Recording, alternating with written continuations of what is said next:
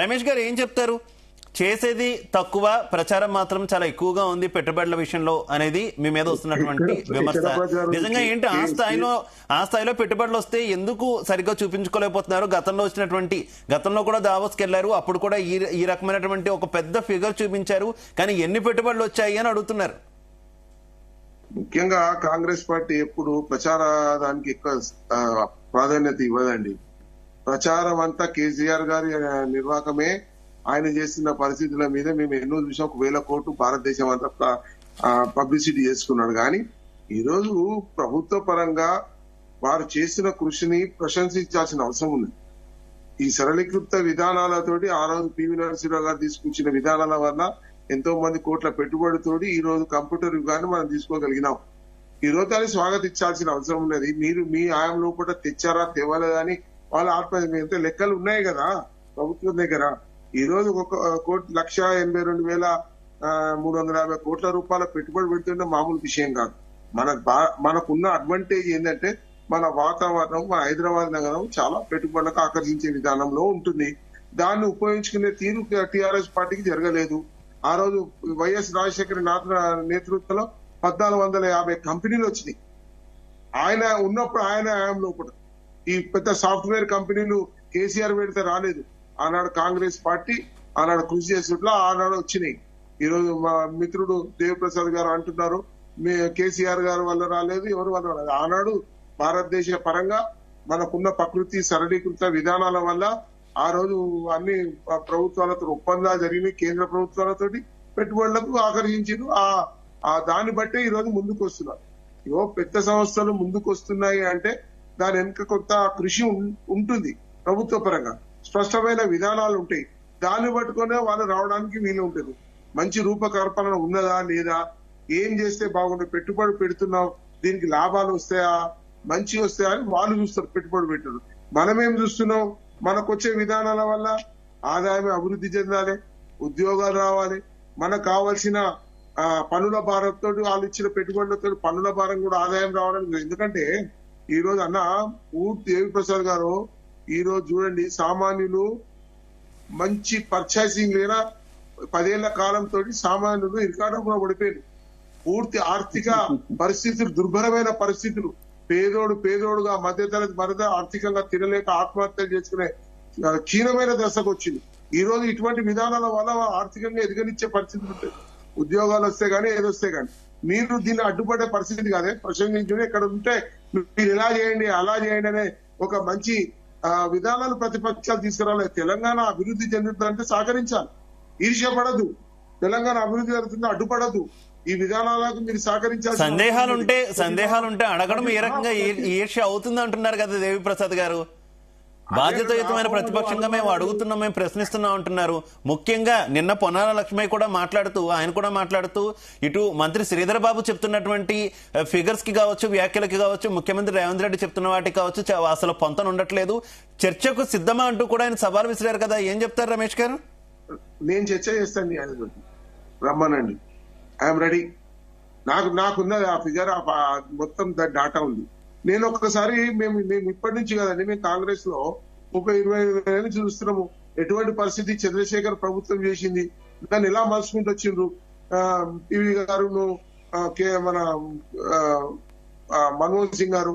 ఈరోజు ఆర్థిక విధానాలను సరళీకృతం చేసుకుంటూ దేశాన్ని అభివృద్ధి చెందాలనే ఒక నిస్వార్థ సేవల భాగమే అటువంటి ఈ రోజు ఈ దేశానికి మంచి జరుగుతా ఉన్నది. దాన్ని మనము అభినందించాలి. ప్రతిదాన్ని విమర్శాత్మకంగా చూడడం కాదు, ప్రతిదీ కూడా మనము కుతంత్రాలతో మాట్లాడడం కాదు. కేవలం ఇవి సహించకనే చెప్పినట్టు మనం మాట్లాడద్దండి. ఎక్కడన్నా మీరు సజెషన్ ఇచ్చుకుంటూ మీరు ఇక్కడ తప్పు ఉన్నదని యథార్థాలు మాట్లాడితే ప్రభుత్వం ప్రజలకు అందాలే అనేది మీరు అంటున్నారు. ప్రభుత్వాలకు అందజేయాలంటే ప్రతిపక్షాలు మీరు కూడా సహకరించాలి. దీనిలో భాగస్వామ్యం, ఎంతమందికి ఉద్యోగాలు వస్తాయి, దాన్ని మనము వాళ్ళు ఆకర్షించి ప్రకృతి వైపరీత్యాలను హైదరాబాద్ నగరాన్ని ఆకర్షించి మన ప్రభుత్వం మీద నమ్మకంతో ఈ రోజు ముందుకు వస్తున్న తీరును మనం గమనించాల్సిన అవసరం ఉన్నది.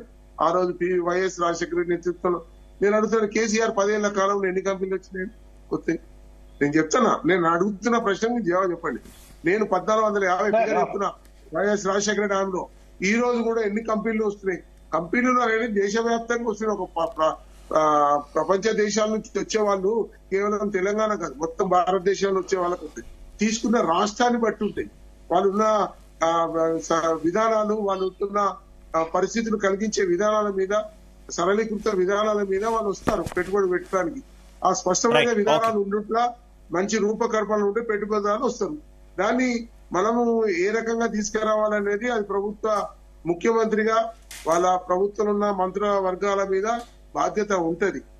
ముఖ్యంగా నేను అనేది ఏంటంటే, ఈ కేటీఆర్ గారు ఎన్నోసార్లు అమెరికా వెళ్ళారు, అది ఎంజాయ్ చేసి వచ్చాడు. ఎక్కడన్నా పెట్టుబడులు తీసుకొచ్చే విధానం ఎప్పుడైనా కనిపించిందా? నాకైతే ఎక్కడ పేపర్లో కూడా రాలేదు. ఆయన పోయిండని అమెరికా పోయిండి వచ్చిందనేది వచ్చింది తప్పితే ఇక్కడ లేదు. నేను అనేది మనం కూడా కొత్త అభివృద్ధికి ఆటంకపరచకుండా రమేష్ గారు పెట్టుబడులు రావడాన్ని ఆహ్వానిస్తూనే వచ్చినటువంటి పెట్టుబడుల్లో ఎన్ని అంటే కుదుర్చుకున్న ఎంఓయూలో ఎన్ని మొత్తం పూర్తి స్థాయిలో పెట్టుబడుల కింద మారతాయి అనే ఒక సందేహాన్ని బీఆర్ఎస్ వ్యక్తం చేయడంతో పాటు వచ్చే పెట్టుబడులు కూడా గతంలో మేము తీసుకున్నటువంటి సరళీకృతమైనటువంటి నిర్ణయాల వల్లే జరుగుతుంది ఇదంతా కూడా అని చెప్తున్నారు కదా. అయితే నేను ఇదంతా దృష్టి మళ్లించి ప్రజలను ఈ ఓరోలేని తనంతో చేస్తున్నట్టు విధానం ప్రజలు గ్రహిస్తున్నారు. తెలంగాణ అభివృద్ధికి అడ్డుపడుతున్నది ఎవరండి?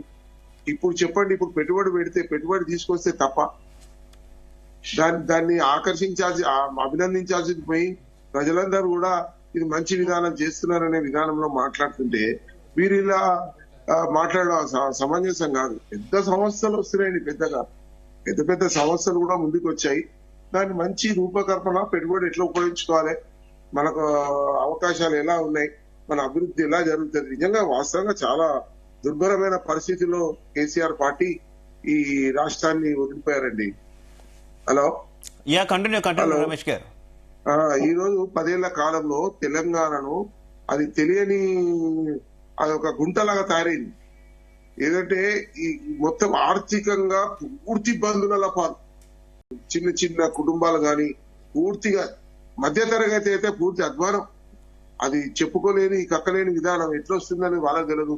ఇటు పెట్రోల్ ధరలు, ఇటు అన్ని ధరలు పెంచి, ఇటు గ్యాస్ ధరలు పెంచి ఒక ఇంటికి రాని పెరిగిపోయినాయి.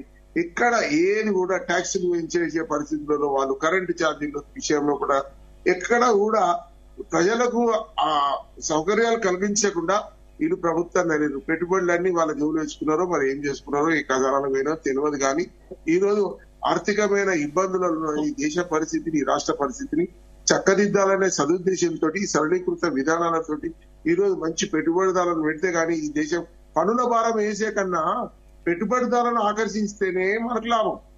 ఆ రోజు పివి గారు కూడా 1 రూపాయి కూడా పెంచకుండా